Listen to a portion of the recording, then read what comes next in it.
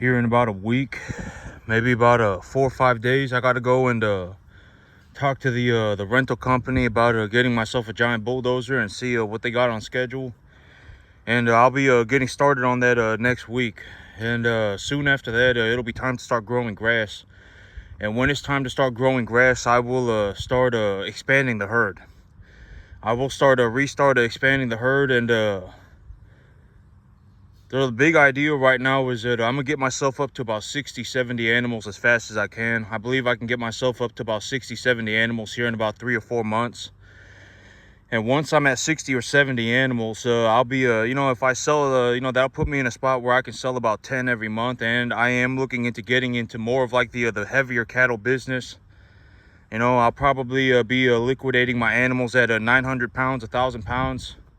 If the feed market is very highly in my favor, because right now, the whole thing about it is that right now I have such a large amount of land. Right, I have a very large amount of land. I have about 375 acres. I have about 370 acres, and maybe by about March of next month, if I really push my business, maybe I end up with about somewhere about around 200 animals. So if I have 200 animals and I have 375 acres, for me to legitimately graze 200 animals, I really only need about 50 acres of land. I really only need about 50, 60, 70 acres of land. All right, 200 animals on 50 acres of grass. That's plenty of grass. All right, they won't even be able to eat all of it. All right, the whole thing about grass is that if you don't graze it properly, the feed values of the grass are not good enough to meet commercial standards, right? The feed values of the grass are not going to be good enough for your animals to condition to a commercial standard. All right, grass is not just grass. All right, if you have a low quality grass, that grass is not going to meet the feed quality standards. And so to graze grass properly, you're going to have to graze it at a certain stage of development and at certain feed values. All right, this is very important. All right, you see this happen all the time in the cattle business. Oh, well, I got some grass on my yard, so I might as well just go and get some cattle, and then the grass, barely puts a pound a day on the animal. Maybe you barely put a pound and a half a day on an animal, and then once the grass is gone, it never grows back, right? That's not good. All right, that's borderline pathetic. All right, you don't want to be in that situation. Well, at the end of the day, even if it's not pathetic, you'll lose money. All right, you'll lose a lot of money. All right, sky's the limit. I've always said that there is a very real possibility that when you run your own business, you could work at something and you could end up losing money, right? That's the thing about running a business. It's not some magical journey. All right, nobody cares. All right, if you want to do it, let's see it. And so the thing about growing grass and the thing about grazing grass is that for me to legitimately graze about 200 animals, maybe I need 70 acres of grass. So that leaves me with like a 200 and, that leaves me with like a 300 and, maybe I need 50 acres of grass, 70. That leaves me with like 320 acres. All right, so if I have 320 acres left, all right, and I take a look at it and I say, well, the hay market is doing pretty good, right? I think I can make $15 a bale.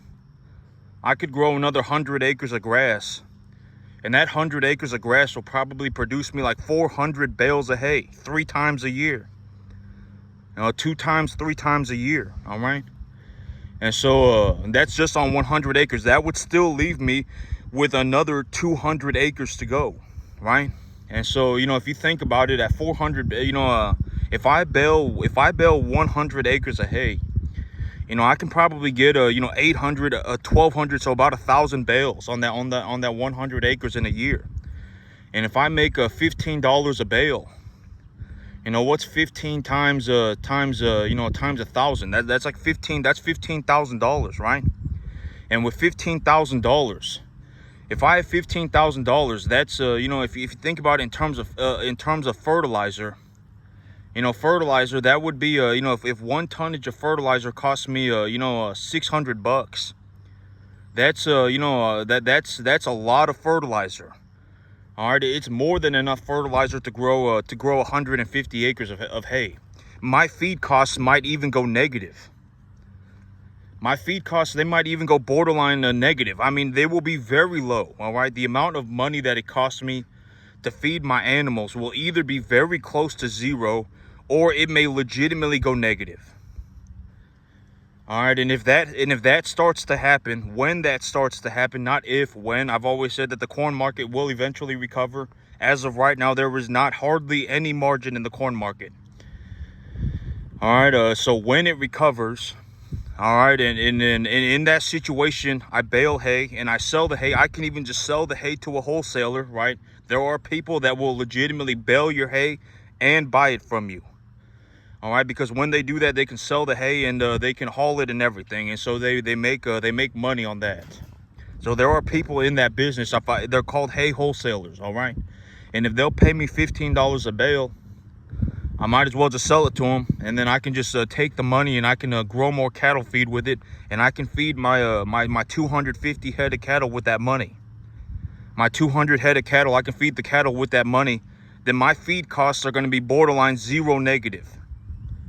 All right, eventually it will happen. All right, and the whole thing about grazing grass is that, you know, the whole thing about grass is that depending on the grass that you are growing, all right, you know, there are lots of types of grass. All right, grass is not just grass. Do you have a perennial grass? Do you have an annual grass? All right, you know, have you you know, made sure that you are fertilizing the field properly? Are you utilizing the right type of fertilizer?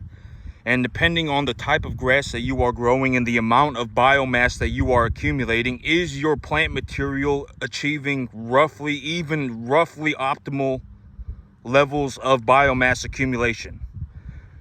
Even roughly, like you know, have you walked across your field and do you have an objective idea for the mineral deficiencies on your field at all? Have any idea? All right, because I can almost guarantee you there is over a 90% chance that you have a nitrogen deficiency.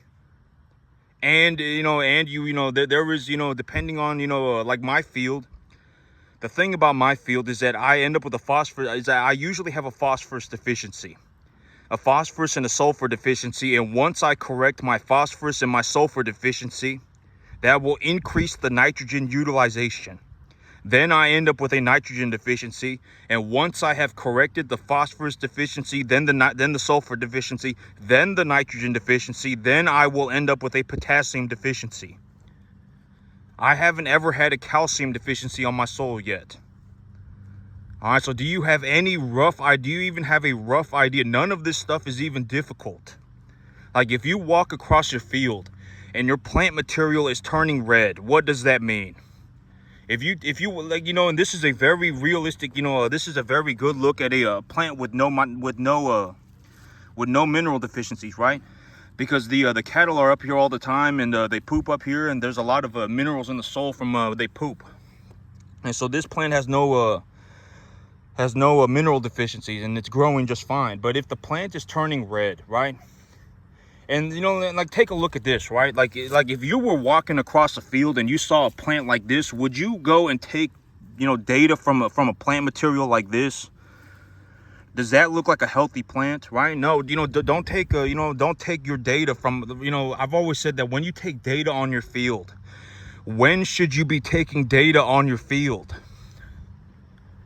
When the weather conditions are somewhat optimal and the other conditions are met, right? Like if you have adequate moisture and the weather conditions are somewhat optimal, that is when you take your mineral deficiency data.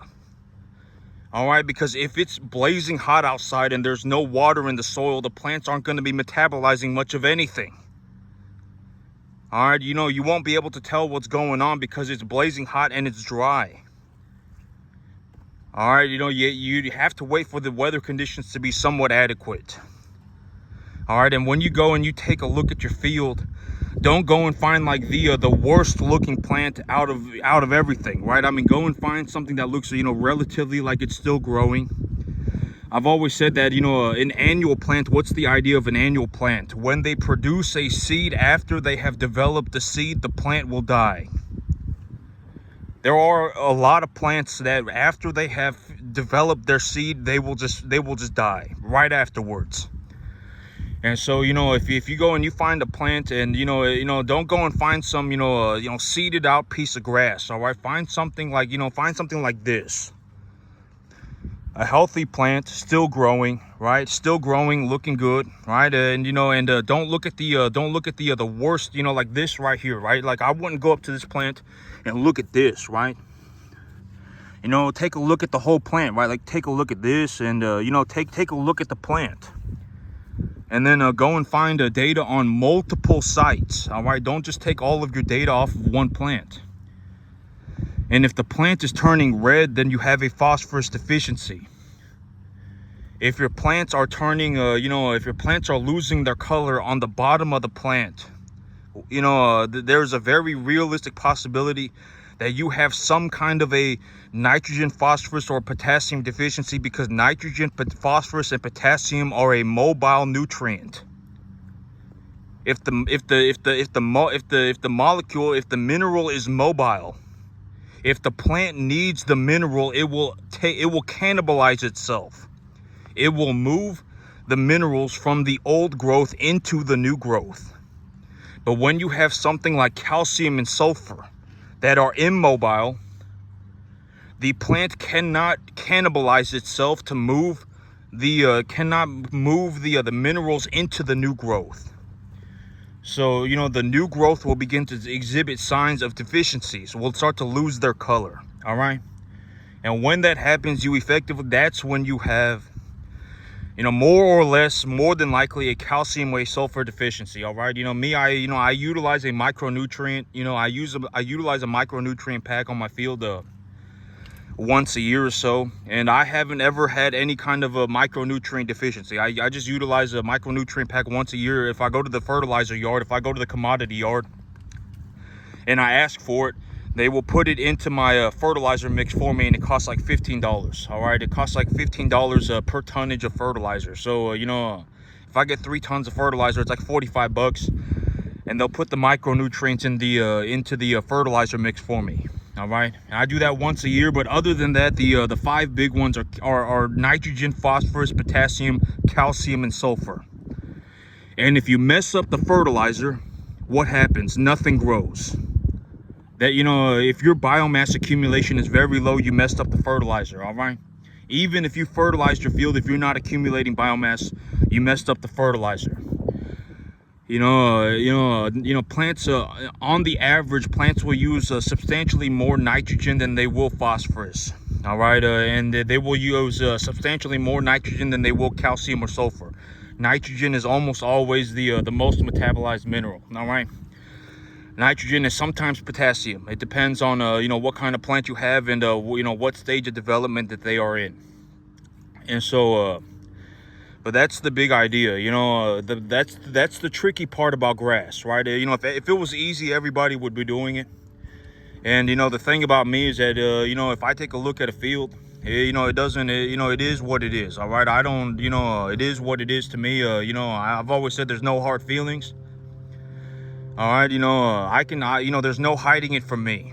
All right, if I take a look at a field, I can tell you within 30 seconds what is going on with that farm. Very rapidly. It's nothing to it. All right, I do this. I legitimately do this. This is my entire life. All right, I am effectively a cattleman until kingdom come. All right, the cattle business is all I do. All right, this is legitimately this is what I do. All right, and at the end of the day, my results are extremely good. I legitimately make more money as a cattleman farmer than anybody on the planet makes doing anything, and it is by a lot. A massive margin. All right, it's not even close. All right, but that's the big idea. All right, you have to have some kind of a systematic way of understanding what kind of minerals to use on your field. If you do not utilize the proper minerals, your plant material will not accumulate any significant amount of biomass, and the amount of biomass that you may even have on your field, the feed values of the biomass will be so low that your animals will not achieve a commercial grading standard. All right, your animals will not grade properly. In terms of the commercial, the whole idea of achieving the commercial grading, achieving commercial grading is what? When you have a commodity, you effectively now have a commodity asset. When you achieve commercial standards, you now have a commodity asset. If you have a 1 to 1.5 type medium large frame beef animal that has been graded, that has been raised to a commercial standard, you now have a commodity asset. And the price of a commodity is the price of a commodity. Like if you went and you looked up the price of gold, if you have an ounce of gold, you can look it up, right? You can look up the price of feeder cattle. It's the same thing. Cattle and gold are in the same sector of the economy. So if you have an ounce of gold, the ounce of gold is worth a certain amount of money. It just is what it is. That amount goes up and down over a long period of time, and over the long course of time it goes upwards, all right? Same thing with the cattle. Cattle and gold are in the same sector of the economy. When you have a number 1 to 1.5 type medium large frame animal that has been raised to a commercial standard, you now have a commodity asset. And when you have a commodity asset, the price of the asset, it just is what it is.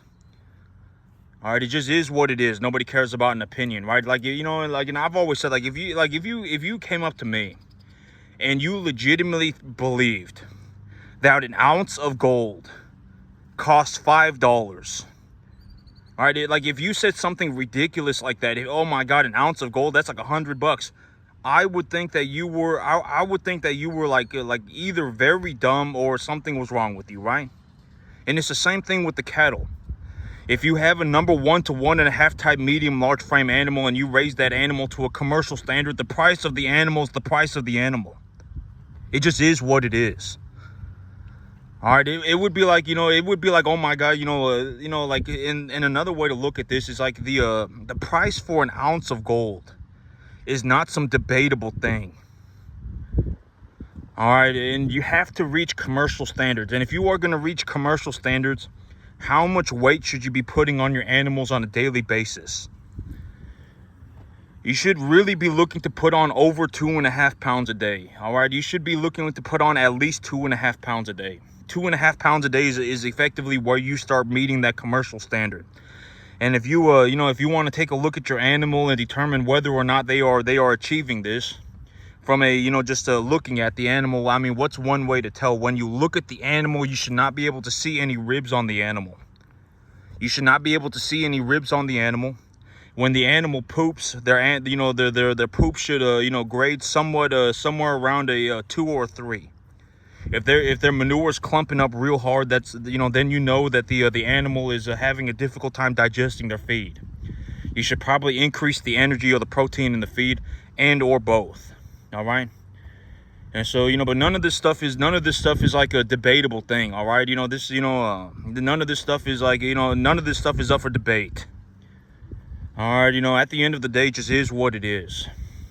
And the whole thing about everything, I got about 375 acres. All right, I got about 375 acres, and realistically, out of that 375 acres, it gives me a lot of room to grow my business. All right, because I am looking to grow my business, and I am looking to grow my business pretty substantially.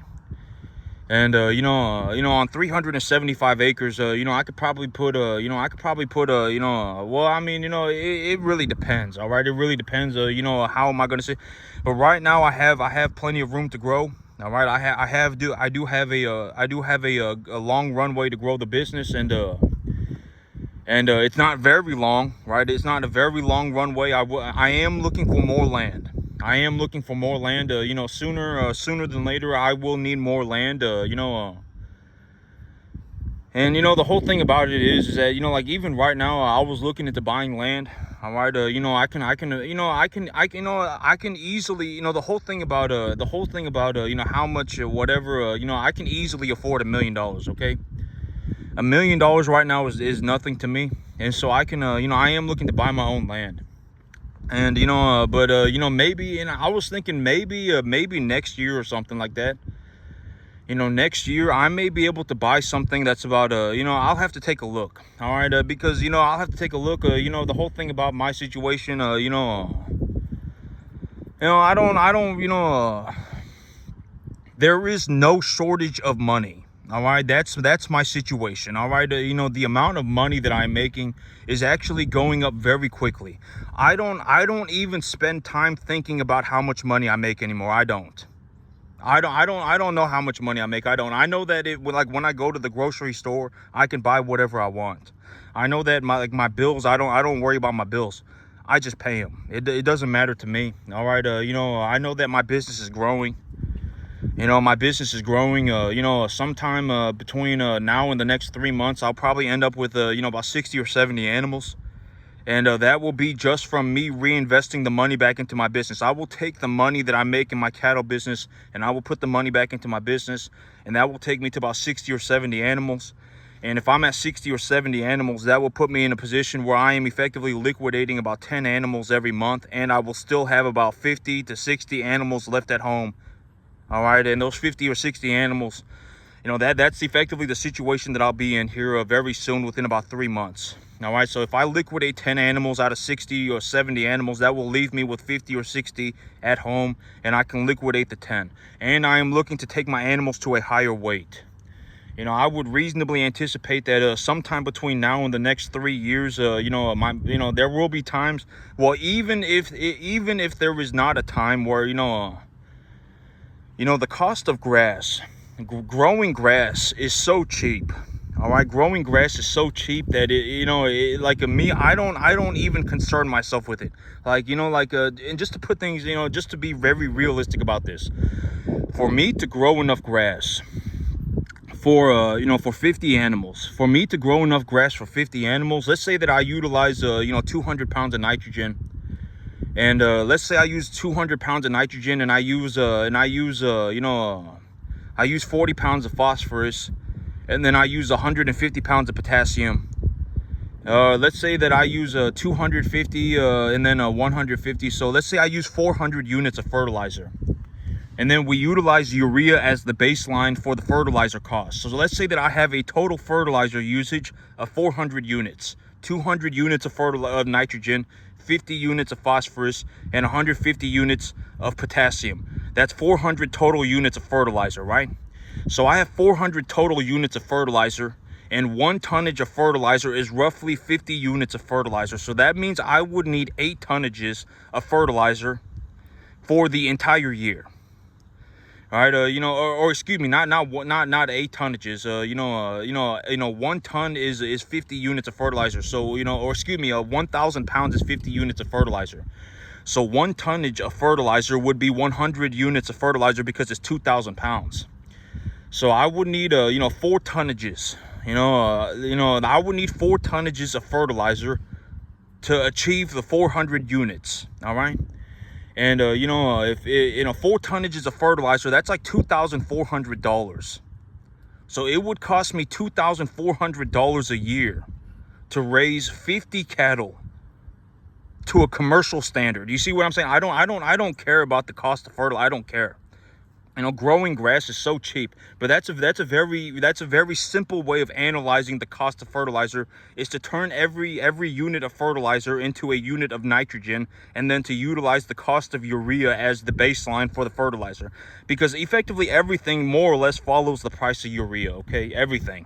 Urea is like the most commonly used fertilizer, and it's effectively the baseline. And urea is about 50% fertilizer. It's about 50%. And so if you have 1 tonnage of urea, that's 2,000 pounds, right? So I mean, so 2,000 pounds of 2,000 pounds of urea is effectively 100 Oh, excuse me. Wait, is that correct? But wait, 100 pounds would be 50 pounds of nitrogen. It would be, that is correct. I don't know why the numbers are throwing me up, but that's more or less what it costs, right? I've even said it cost me about $400, 7 or 8 months out of the year, $350, right? I've even said that multiple times.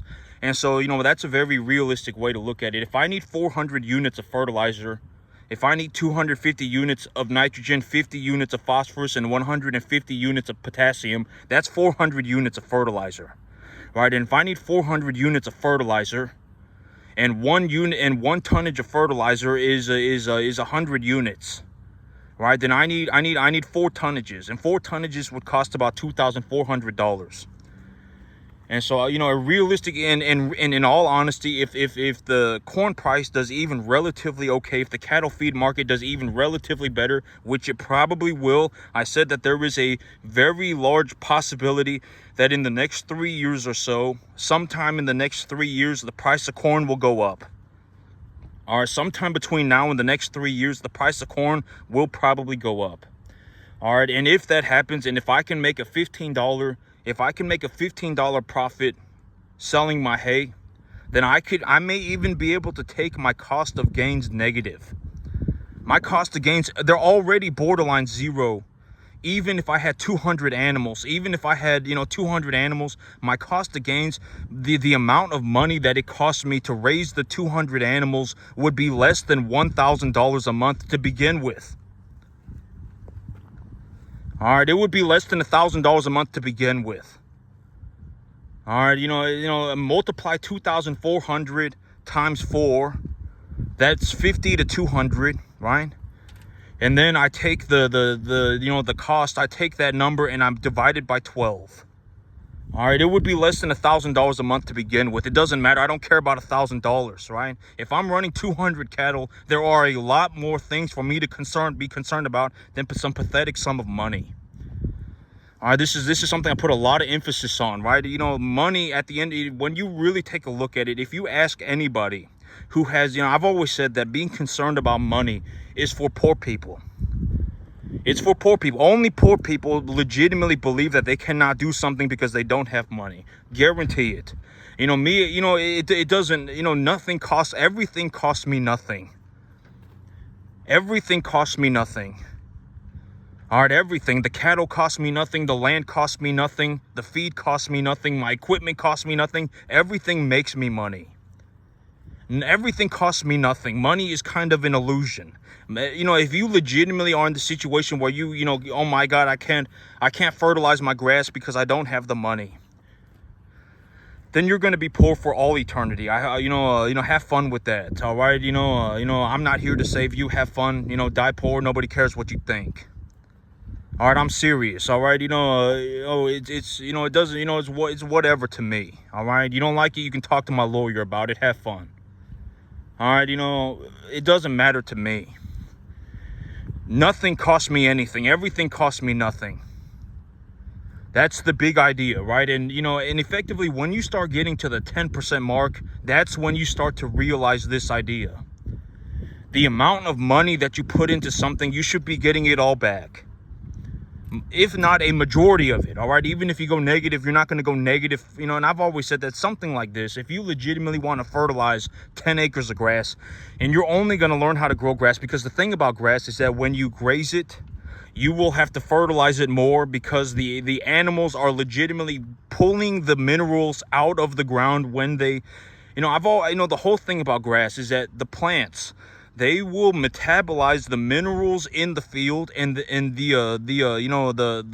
chloroplast in the plant is actually creating the energy for the plant, right? The chloroplast will actually create sugar. When the sunlight goes through the plant material, the plant will actually create its own sugar.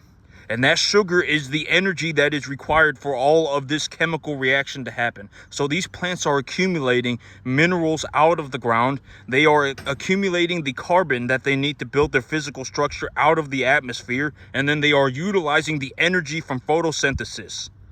And when that happens, there is a massive chemical reaction. And then the plant material begins to accumulate biomass. So when your animals walk around and they eat the grass, When your animals walk around and they eat the grass, they are physically removing the minerals from your field by eating the plant material. All right, so if you are removing minerals out of your field, when the animals are eating the grass, consuming the grass, you are removing the minerals out of the field. You will have to replace the minerals at a higher rate. All right, the amount of minerals that you will need to put on your field to replace those minerals will be higher. And this also includes if you bale hay. If you bale hay, you'll need to put more fertilizer on your field than you normally would. All right. And so, that's the thing about, the whole thing about being in this area, the big benefit for me, and particularly, one of the things about my situation is that I am legitimately so good at it that I have effectively unlimited opportunity. All right. I effectively have unlimited opportunity. All right. I can effectively go anywhere by myself and start these businesses completely by myself. All right, I effectively have unlimited opportunity. I'm not concerned about money at all. Money is whatever to me. It doesn't matter. All right, I can legitimately go onto a field by myself, and I can effectively just do it all just within a week. I will have cleared the land and started myself a cattle business, and I will be good to go. Right, that's effectively the situation that I'm in. I effectively have unlimited opportunity. It doesn't matter, right? And the whole thing, it just is what it is. I make a tremendous sum of money. All right, I make a tremendous sum of money. It's whatever to me. It doesn't matter to me. All right, it just is what it is. I'm not even bragging about it. It just is. I don't worry about money. Everything costs me nothing. Okay, everything costs me nothing. Like, I'm sitting here and I'm telling you that I will probably end up buying about 200 head of cattle. I will probably end up buying about 200 cattle in the next 7 or 8 months. Guess what? That's not going to cost me anything. If anything, it'll make me more money. All right, I'm talking about, growing grass. I'm talking about farming 375 acres. And guess what? That's not going to cost me anything. All right, the whole thing about the person that I'm doing business with. This person, it's a mutual beneficiary thing, right? Because for this person, and I was actually sitting there thinking about it, and this person actually told me about one of their deals, and they told me that they purchased a 4,000 acre field for $9,000 an acre, and they paid cash for it.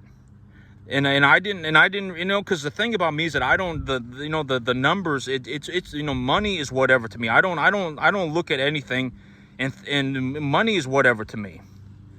So, so I didn't really sit there and think about it until after the fact, but that's $36 million, all right? They effectively told me that they paid $36 million cash for a field. And I was like, that's effectively the situation that these people are in, all right? They got these giant fields. They are subdividing the fields and selling the fields, little subdivisions at a time, and they're holding on to the rest of the property until kingdom come. All right, they are holding on to the property for all eternity, and they are subdividing out small parts of the field, and they are liquidating the small parts of the field, right? And that takes a long time, and there is money in that business, and if you hold on to the land long enough, even the stuff that didn't sell will go up in value, right? And so it's a very smart business. I was like, you know what? I should probably do something like that too one day. That's very smart. Like, if I go and I buy myself 2,000 acres and I, subdivide out, 500 acres of it. If I subdivide out 100 acres of it and I sell the 100 acres and I make, whatever, I bought the thing for $9,000 an acre, and then I sold the subdivisions for $20,000 an acre. Even at 100 acres, if I bought a giant field and I paid $9,000 an acre for it, and I took that $9,000 an acre field, and I took the best 100 acres out of the field, the best 100 acres, and I sold that 100 acres for $25,000 an acre. That would be $16,000 an acre of profit. If you multiply that by 100, that is like $1.6 million of profit that I just made by selling 100 acres out of a 2,000 acre field, right?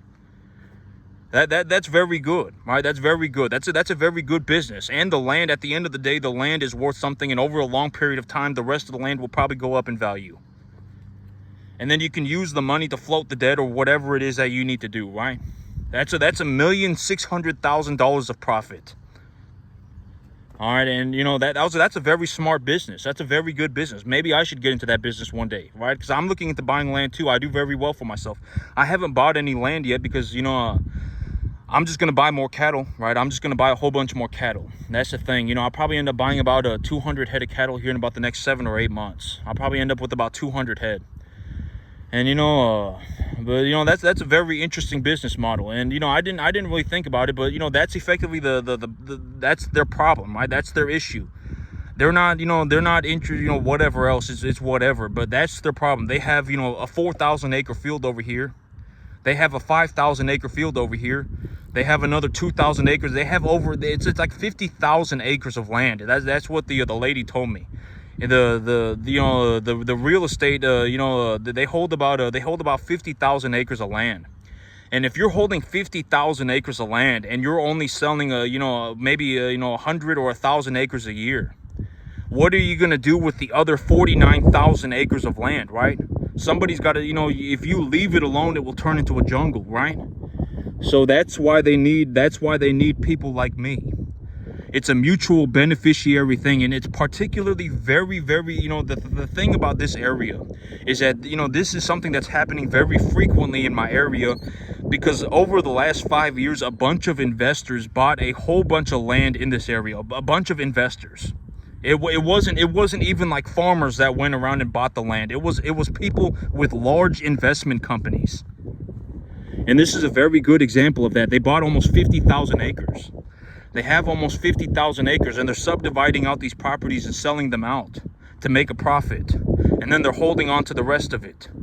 Well, if you have 50,000 acres and you sell 1,000 acres, that leaves you with 49,000 acres, right? And then what are you going to do with your 49,000 acres? If you don't do anything with it, it will turn into a jungle. All right, if you put someone like me on it, I will clear the land and I will keep the land clean, right? And I will run my cattle on it. You even get your tax exemption. That's effectively it's a mutually beneficiary business, right? It's beneficial for me and it's beneficial for them. I get to run my cattle. They get somebody on the land that will clear the land and keep the land clean, right? And then, they can hold on to the land forever and not worry about it. That's effectively the big idea, all right? And, and they make a tremendous sum of money. I make a tremendous sum of money. It's not as, and business is business. I do my part, they do their part, and then we just call it a day, all right? That's it, all right? And that it is what it is. And that's effectively where I'm at right now, okay? And that's how I got this 375 acres, all right? And, the whole thing about it is, it just is what it is, all right? At the end of the day, I actually do it. I do very well for myself. This is not my opinion. I am even looking for more land, all right? I will probably, I'll do very well for myself, all right? I'll do very well for myself. And then, I was like, maybe I should do that too, right? I should go out and I should go and buy 3,000 acres. I should go and buy 4,000 acres. And then just subdivide out the 100 best acres out of the property or something, right? I mean, that'd be a fantastic idea. And, but that's effectively where I'm at, all right? I got a lot of, I'll be clearing land next week, and then hearing about maybe, but the thing about my area, right? I talk about this. The thing about my area is that I can grow grass 7 or 8 months out of the year, and it doesn't cost me anything. Hardly anything, all right? Hardly anything. I would say it costs about $2,500 a year per 50 animals. So if I have